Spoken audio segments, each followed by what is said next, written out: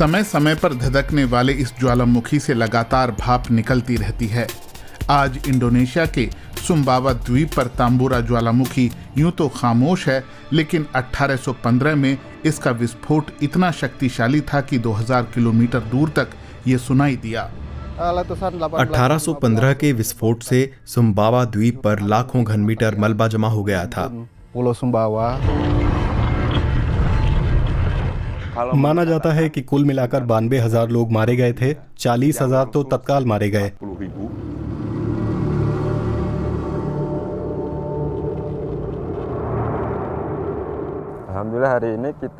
आज हमारे पास ये सुंदर दृश्य है और हम ये अध्ययन कर सकते हैं कि 1815 में क्या हुआ था।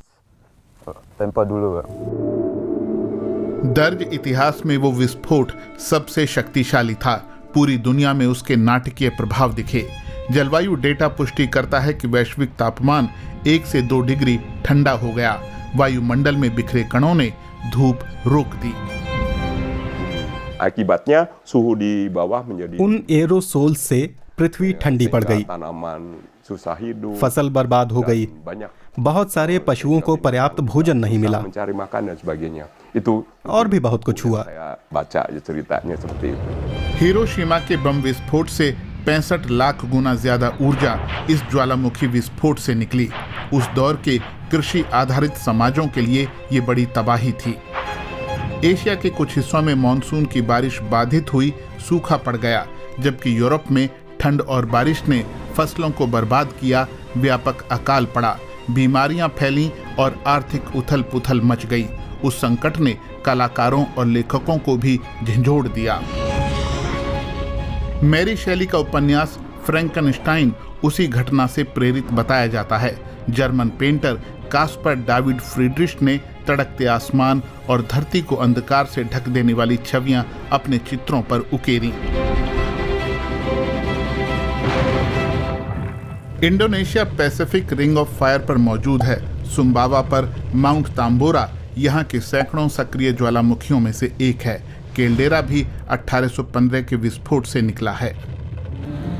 आज माउंट तांबोरा के आसपास का इलाका राष्ट्रीय पार्क बन गया है।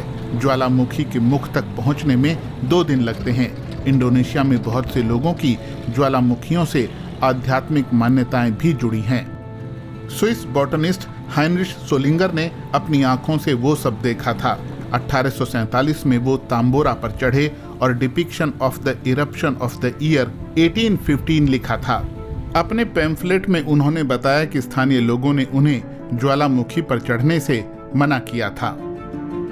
जहां भी आप कदम रखें जमीन से आग फूट पड़ती है। पहाड़ पर बुरी आत्माओं का डेरा है और जो लोग वहां चढ़ाई करना चाहते हैं उन्हें तूफानों, बवंडरों और तबाही का सामना करना पड़ता है। तांबोरा शब्द अंबोरा से आया है। इंडोनेशियाई में उसका मतलब है गायब हो जाना। उसके आगे त लग जाता है, जैसे तंबोरा।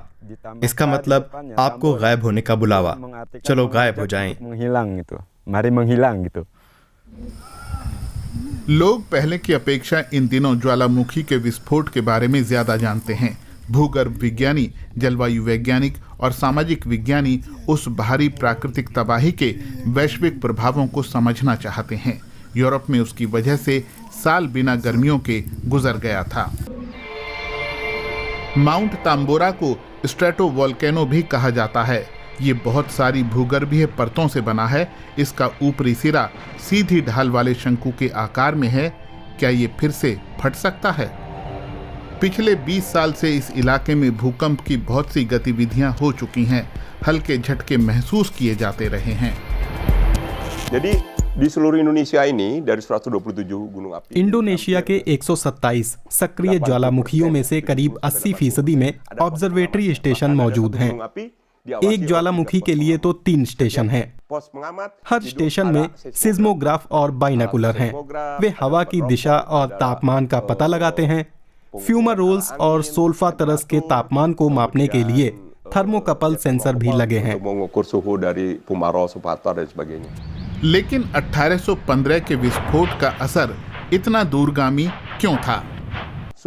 ज्वालामुखी फटने से वायुमंडल में स्ट्रेटोस्फेयर में राख, धूल और गैस निकलती है। उनसे सल्फेट एरोसोल्स बनते हैं, जिन्हें दुनिया भर में फैलाने में पृथ्वी का घूर्णन मदद करता है। 1847 में हाइनरिश सोलिंगर जब लौटकर आए तो उनकी वापसी को एक शुभ संकेत की तरह देखा गया। ये सोचा गया कि शाप हट गया है और बुरी आत्माएं काफूर हो गई हैं। उम्मीद की जाने लगी कि 1815 जैसी तबाही दोबारा फिर नहीं आएगी। चारों तरफ खुशी, उमंग और उत्सव का माहौल था। लेकिन 1967 में एक और विस्फोट हुआ। हालांकि वो काफ़ी छोटा था और उसका 1815 के विस्फोट जैसा कोई व्यापक भूमंडलीय प्रभाव नहीं पड़ा था।